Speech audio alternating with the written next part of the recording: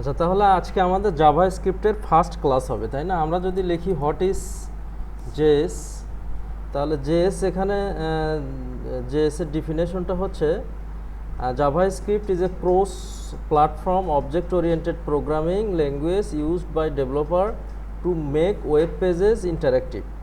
অর্থাৎ JavaScript একটা programming language, object oriented programming language. হ্যাঁ, পিএসপিও কিন্তু একটা ওপি ল্যাঙ্গুয়েজ। হ্যাঁ, এটা হচ্ছে ইন্টারেক্টিভ ওয়েব পেজের জন্য এটা ইউজ করা হয়। ফাংশনাল বা দেখা যাচ্ছে যে কোনো ইন্টারেক্টিভ মানে অনেক অ্যাট্রাকটিভ ওয়েবসাইটের জন্য জাভা স্ক্রিপ্টটা কী করা হয়। হ্যাঁ, এবং ডাইনামিক্যালি যে কন্টেন্ট আমরা পিএসপিতে করি এটা জাভা স্ক্রিপ্ট দিয়েও করা যায়। জাভা স্ক্রিপ্ট দিয়েও কি করা যায়। জাভা স্ক্রিপ্টের অনেক ইয়া আছে। হ্যাঁ, যেমন নোট জেএস আছে, রিয়াক্ট জেএস আছে। আচ্ছা, যাই হোক, জাভা স্ক্রিপ্টটা একটা বিল্ড ইন, এটা ব্রাউজারের সঙ্গে কি বিল্ড ইন। পিএসপিটা কাজ করতে হচ্ছে সার্ভার বেসড, অর্থাৎ সার্ভারেই একটা পিএসপির ফাইল বিল্ড ইন একটা মেকানিজম করা আছে, যার কারণে ওইটা শুধু সার্ভারই সাপোর্ট করে। এবং এটা বেশিরভাগ পিএসপির ফাংশন ডেটাবেজ রিলেটেড। কি রিলেটেড?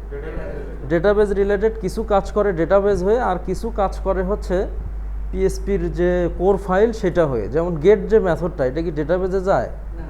এটা পিএসপির কোর ফাইল হয়ে এটা কাজ করে। ওই কোর ফাইলটা ইউআরএলে গিয়ে সার্চ করে। হ্যাঁ, তো এখন এরকম জাভা স্ক্রিপ্টটা এটা সাধারণত এইচটিএমএল যেমন ব্রাউজারকে রেন্ডার করে। কি করে? রেন্ডার করে। রেন্ডার করা মাত্রই কমান্ড করতেছে যে তুমি এইটা করো। তো জাভা স্ক্রিপ্টটাও ব্রাউজারকে সরাসরি কি রেন্ডার কোডটা রেন্ডার করে ব্রাউজারকে কি করে, কমান্ড করে যে তুমি এইটা করো। ঠিক আছে? আচ্ছা, যার কারণে জাভা স্ক্রিপ্টে আমাদের কিছুই লাগবে না। তো আমরা সিম্পলি যদি একটা এইচটিএমএল ফাইল ওপেন করি,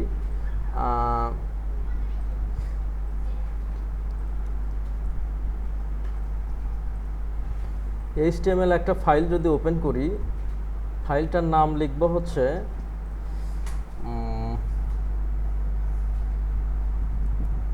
bash7.html।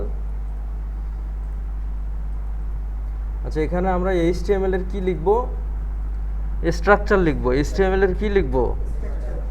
স্ট্রাকচার লিখব। হ্যাঁ, তাহলে HTML5। আচ্ছা, এইভাবে স্ট্রাকচারটা লিখলাম, তাই না? আচ্ছা, এখন আমরা যদি এখানে h1 লিখি, তাহলে দিস ইজ হেডিং 1, আর একটা পি লিখব। কি লিখব? পি লিখব। This is paragraph. আচ্ছা, এখন এখানে জাভা স্ক্রিপ্টটা কাজ করে সাধারণত আইডি বেস। কি বেস? ID base. তাহলে অবশ্যই এটার একটা আইডি নিতে হবে। কি নিতে হবে? আইডি নিতে হবে। হ্যাঁ, আচ্ছা, আইডি নিব কি একটা, সাপোজ আমি আইডি নিব হচ্ছে প্যারাগ্রাফ হচ্ছে পিজি। আইডি নিব কি দিয়ে? পিজি। এখন আমরা দেখি আমাদের এইচটিএমএলটা কাজ করতেছে কিনা। হ্যাঁ,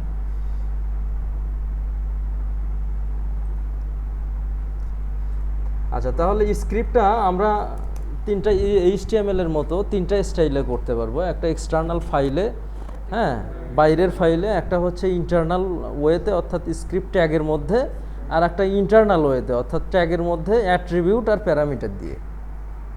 তাহলে সেম ওই এইচটিএমএল এবং জাভা স্ক্রিপ্টের স্ট্রাকচার কিছুটা সেম। হ্যাঁ, এখন আমরা ইন্টারনালি আজকে করব। আমি ইন্টারনালটাই বেশি ইউজ করি। হ্যাঁ, আচ্ছা, এখন আমি চাচ্ছি এই আইডিটার পরে অর্থাৎ এই পি ট্যাগের পরে আমি একটা ইনার এইচটিএমএল শো করব। কি শো করব?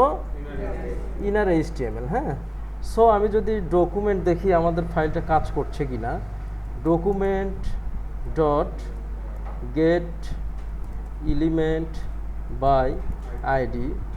হ্যাঁ, এটা জাভা স্ক্রিপ্টটা ক্যামেল কেস। হ্যাঁ, আন্ডার স্কোরের ইউজটা এখানে কম। পিএসপিতে যেমন আন্ডার স্কোরের ইউজ বেশি, এখানে আন্ডার স্কোরের ইউজটা কি কম। কিন্তু ক্যামেল কেসের জায়গায় যদি তুমি ছোট হাতের লেখো আর কাজ করবে না।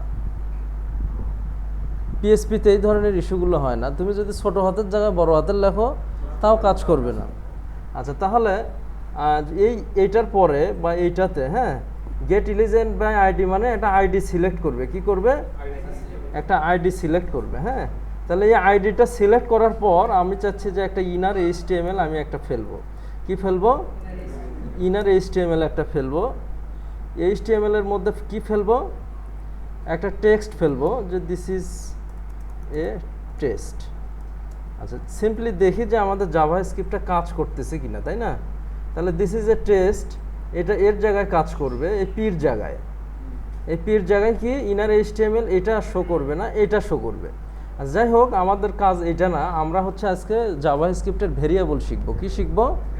ভেরিয়েবল শিখবো। এখন জাভাস্ক্রিপ্টের যে ভেরিয়েবল সেটা হলো 3-4টা স্টাইলে লেখা যায়, মোটামুটি 4টা স্টাইলে লেখা যায়।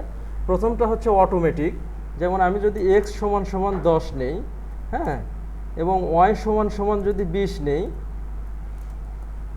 হ্যাঁ, এখন জাভাস্ক্রিপ্ট পিএসপির মতো যেখানে সেখানে ইকো করা যাবে না, কারণ এটা আইডি দিয়ে সিলেক্ট করে এইচটিএমএল এর কোথায় হিট করবে সেটা দেখায় দিতে হয়। এই জন্য এটা যেখানে সেখানে ইকো হবে না, ঠিক আছে? আর আমরা ওয়ার্ডপ্রেসে যেখানে সেখানে ইকো করলে ওটা হেডার থেকে শো করতে। আচ্ছা, এখন আমরা কোথায় শো করব সেটা তো দেখায় দিতে হবে। আচ্ছা, আমি চাচ্ছি যে আমরা এখানে শো করব। কোথায় শো করব? এখানে শো করব। তাহলে ডকুমেন্ট লেখো, ডকুমেন্ট ডট, তারপরে কি গেট এলিমেন্ট, বিটা বড় হাতের, আইটাও কি বড় হাতের। তারপরে এটা হচ্ছে সিলেক্টর। এটা কি সিলেক্টরের মধ্যে আমরা কোন জায়গায় শো করব অ্যাকচুয়ালি। তাহলে আমরা হচ্ছে এই পিজি অর্থাৎ পি ট্যাগের মধ্যে এই টেক্সটটা শো করব। মানে এই ওয়াই একটা ভেরিয়েবল, হ্যাঁ, এক্স একটা ভেরিয়েবল, অর্থাৎ $সাইন ছাড়া শুধু এক্স সমান সমান 10, ওয়াই সমান সমান 20, হ্যাঁ, শুধু একটা ক্যাপিটাল বা শুধু একটা ওয়ার্ড, হ্যাঁ, অথবা শুধু একটা সিঙ্গেল কোনো কিছু দিয়ে জাভাস্ক্রিপ্টের ভেরিয়েবল কল করা যায়। এটাকে বলা হচ্ছে অটোমেটিক। এটা কি অটোমেটিক। হ্যাঁ, এখন আমরা যদি এখানে ইনার এইচটিএমএল করি, ইনার এইচটিএমএল যদি করি, তাহলে ইনার এইচটিএমএল আমি এখানে ওয়াইটাকে শো করব। কোনটাকে শো করব? ওয়াই। সিম্পলি ওয়াইটাকে যদি শো করি তাহলে কি হয় দেখো, সামথিং রং সমান সমান হবে, হ্যাঁ, ইকুয়াল হবে। তাহলে 20 শো করলো। কি শো করলো? 20 শো করলো। হ্যাঁ, এখন এখানে যদি আমি একটা স্ট্রিং লিখি, স্ট্রিংটা ডাবল কোটেশনের মধ্যে নিতে হয়। হ্যাঁ, তাহলে স্ট্রিং টেস্ট স্ট্রিং। আচ্ছা, এখন জাভাস্ক্রিপ্টে কন্টামিনেটটা করতে হয় প্লাস দিয়ে। কি দিয়ে? প্লাস দিয়ে। এখন আমি যদি এক্সটাকে এখানে প্রিন্ট করি, তাহলে এই ইনার এইচটিএমএল মানেই এটা হচ্ছে এইচটিএমএলটা প্রিন্ট করবে। কি করবে? এইচটিএমএল আকারে প্রিন্ট করবে। কোনটার জায়গায়? এই পি ট্যাগের জায়গায়। ঠিক আছে? আচ্ছা, তাহলে এখন এখানে একটা স্পেস দেই, তাহলে কিন্তু টেস্ট স্ট্রিং 10 বা 20 শো করবে। 10 শো করলো, তাই না? আচ্ছা, এখন যদি আমি একটা বিএড দেই এখানে, বিএডটাও কিন্তু কাজ করবে, কারণ এটা একটা স্ট্রিং। এটা কি? এটা একটা স্ট্রিং। বুঝতে পারছো কি? আচ্ছা, তাহলে এখন আমরা যদি দুইটা যোগ করতে চাই, তাহলে এখানে জেড দেই। কি দিব? জেড যদি দেই, জেড সমান সমান এক্স প্লাস ওয়াই। হ্যাঁ, এইখানে যদি আমরা জেডটাকে প্রিন্ট করি তাহলে যোগ হবে। কি হবে? যোগ হবে। হ্যাঁ, প্লাসটা এখানে একটা অপারেটর। হ্যাঁ, যদি আমরা গুণ করি তাহলে কি হবে? সেম। ওই পিএসপির যে অপারেটর আর জাভাস্ক্রিপ্টের অপারেটরটা সেম, ফাংশন কল করার সিস্টেমটাও সেম, শুধু ভেরিয়েবল কল করার সিস্টেমটা একটু আলাদা। তাহলে বুঝতে পারছো? তাহলে কি হলো? গুণ হলো। কি হলো? গুণ হলো। হ্যাঁ, আচ্ছা, এখন আমরা যদি এখানে 20-এর জায়গায় একটা স্ট্রিং নেই, কি নিব? This is a string, this is another string. কি? Another string. তাহলে কি শো করবে এখানে? কি শো করবে? আচ্ছা, সামথিং রং। আমরা হচ্ছে এটা গুণ না করে আমরা সরাসরি ওয়াইটাকে ইকো করব। হ্যাঁ, কারণ ওটা তো যোগ হবে না। কি হবে না? যোগ হবে না। তাহলে ওইটাই শো করবে। ভেরিয়েবলের মধ্যে আমরা যে কোনো ডেটা টাইপ এখানে পিএসপিতে যেমন যে কোনো ডেটা স্টোর করছি, এখানেও স্টোর করতে পারবো। এখন এটা আমরা অটোমেটিক লিখছি। এখন যদি এখানে আমরা এক্সের জায়গায় যদি লেট লিখি, লেট দিয়েও ভেরিয়েবল কল করা যায়। সেম কাজটাই করবে। সেম কাজটাই কি করবে? দেখো, কোনো চেঞ্জ আছে? আবার যদি ভার লিখি, ভার দিয়েও জাভাস্ক্রিপ্টে ভেরিয়েবল কল করা যায়, তাহলেও সেম কাজটাই করবে। সেম কাজটাই কি করবে? কোনো চেঞ্জ আছে? এটার ভ্যালু চেঞ্জ করে দাও, 100 দাও, কত দিবে? আচ্ছা, তাহলে কি হবে? এখানে 100 হবে। আবার এইখানে যদি তুমি একটা ভ্যালু দাও 20, তাহলে কি করবে? কি করবে? যোগ করবে। আবার এইখানে যদি কোটেশন দাও, তাহলে আর যোগ করবে না, তাহলে আর কি পিএসপির মতোই, কি পিএসপির মতোই। আচ্ছা, এখন আবার কনস্ট দিয়েও করা সেম কাজটাই করবে, CONST, অর্থাৎ এই 4টা স্টাইলে জাভাস্ক্রিপ্টের ভেরিয়েবল কি লেখা যায়। ক্লিয়ার? আচ্ছা, এখন আমরা একটা জাভাস্ক্রিপ্টের ভেরিয়েবলের মধ্যে একটা ফাংশনও রাখতে পারবো। কি রাখতে পারবো?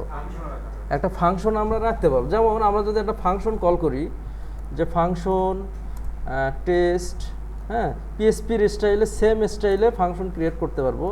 এখানে রিটার্ন যদি লিখি, রিটার্ন করা হচ্ছে this is a string. Return কি করব? This is a string. আচ্ছা, এখন এই ফাংশনটা আমরা একটা ভেরিয়েবলের মধ্যে নিতে পারবো। কার মধ্যে নিতে পারবো? x সমান সমান এই ফাংশনটা নিলাম। এখন শুধু যদি আমরা এই এক্সটাকে কল করি, কি সেম পিএসপির মতোই, দিস ইজ এ কি স্ট্রিং। আচ্ছা, তাহলে আমরা আজকে 4টা স্টাইলে ভেরিয়েবল কল করা শিখলাম। একটা হচ্ছে অটোমেটিক, শুধু সংখ্যা দিয়ে, অর্থাৎ আমরা শুধু এক্স না, আমরা এখানে যদি কন্টেন্ট লিখি, তাহলে এইখানেও কন্টেন্ট দিতে হবে। শুধু যে একটা ক্যাপিটাল দিয়েই হবে এমনটা না। বুঝতে পারছো? হ্যাঁ হ্যাঁ হ্যাঁ, তাহলে সেম কাজটাই কি করতেছে। আচ্ছা, পিএসপি যদি শেখো, তোমাদের 80% জাভাস্ক্রিপ্ট শেখা হয়ে গেছে। আচ্ছা, তাহলে মোটামুটি একটা লেট দিয়ে একটা কি, আচ্ছা, একটা ভার দিয়ে একটা কনস্ট দিয়ে। আবার মজার বিষয় হলো, আমরা যদি লেট দিয়ে একটা করলাম, হ্যাঁ, লেট x সমান সমান 20, আর একটা কি লেট y সমান সমান 30, হ্যাঁ। এখন আমি z সমান